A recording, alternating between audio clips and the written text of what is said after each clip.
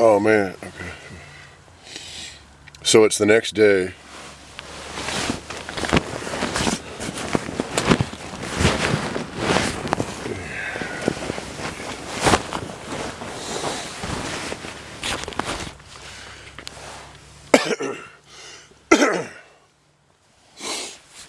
Okay, so it's the next day, first night, and the temperatures really dropped. It was really hot last night before midnight, and then it just dropped. And it was really weird. And I started out sleeping on the ground. I wanted to, reconnect with the earth. And I reconnected with the earth all right. For some reason it was really comfortable when I first started, but eventually the ground just started sinking into it. It just started, every little rock and pebble and unlevel spot just was really, I kept turning it. So I don't know, it might have helped my back or something some, but I decided I already had this air mattress pumped up inside the tent, so I just crawled into the tent. And I was still cold in here, really cold. And as you can see, I've got like a Woobie, a wool blanket, and like a sleeping bag cover. And and that worked at first, but about, I don't know, 2 or 3 o'clock in the morning, it got really cold, even inside the tent. So I put on this DPM schmock, and that was the end of that. It was fine. I slept, went right straight to sleep. This is an Arctic schmock, so it's made for cold weather. I didn't really want to sleep in it really because I didn't want, sweat or something to condense in this, but I don't think that was a problem. It's really comfortable.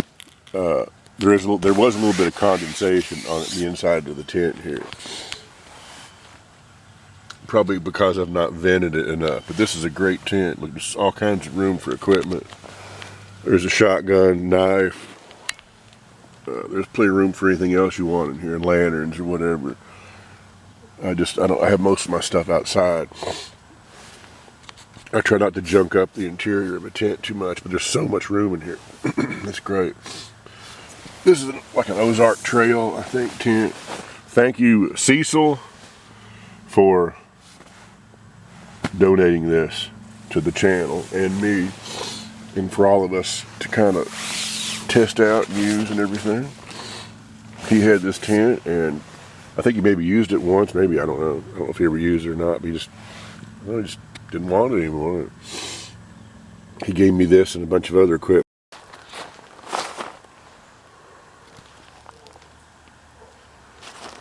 All right. So it's the next day.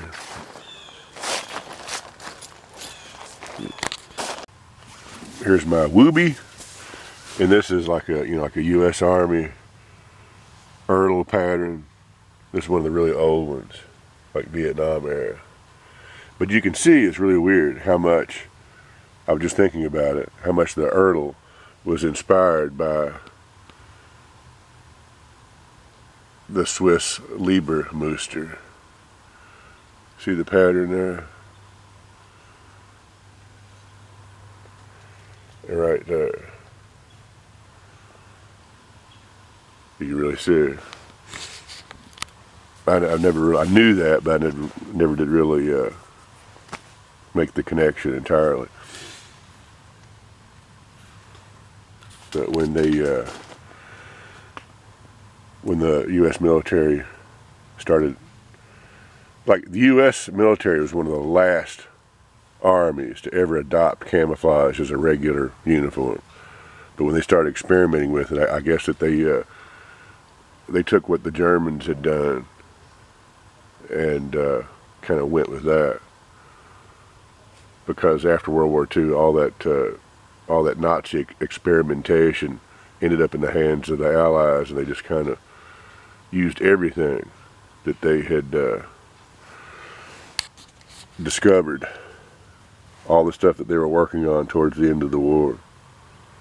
They took it and used it for research.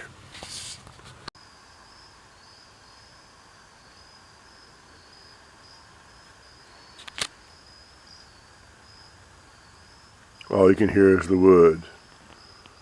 I can't tell you how great this is. Just total silence. Just a little bit of the sound of the woods, crickets and stuff. It's really great.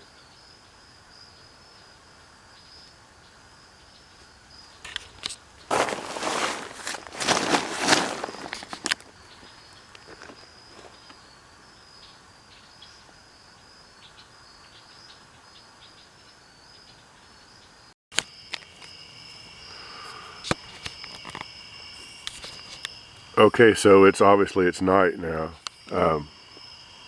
It's a really fantastic night. It is great tonight. I was up on the hill, great skies and everything. I was gonna say a few things earlier, but like this morning when I was filming, but my SD card was full and I didn't get a chance to talk about it. But last night, I could hear movement all around the place, like crash, crash, crash, crash, crash, crash, crash, crash, crash, crash, crash, crash. And so here's my trail here. Finally, about 3 a.m., something woke me up, and there was some kind of critter going right up, trotted right up, almost to the tent. It was, obviously four-legged, I believe. It was little, probably a fox or a coyote or something. But I racked my weapon, and that was, I didn't even, it's like it just vanished. I didn't hear anything after that, nothing, just quiet after that. I got out of the tent, kind of patrolled around the area, didn't see anything, didn't hear anything, and that was the end of all the commotion around here. There were some dogs in the background a little bit, but if you listen, you can hear some dogs a little bit. Yeah, hear that? But pretty quiet, other than all that silliness. I just was in no mood for some kind of thing running right up on the camp like that. Well, we're not doing that shit.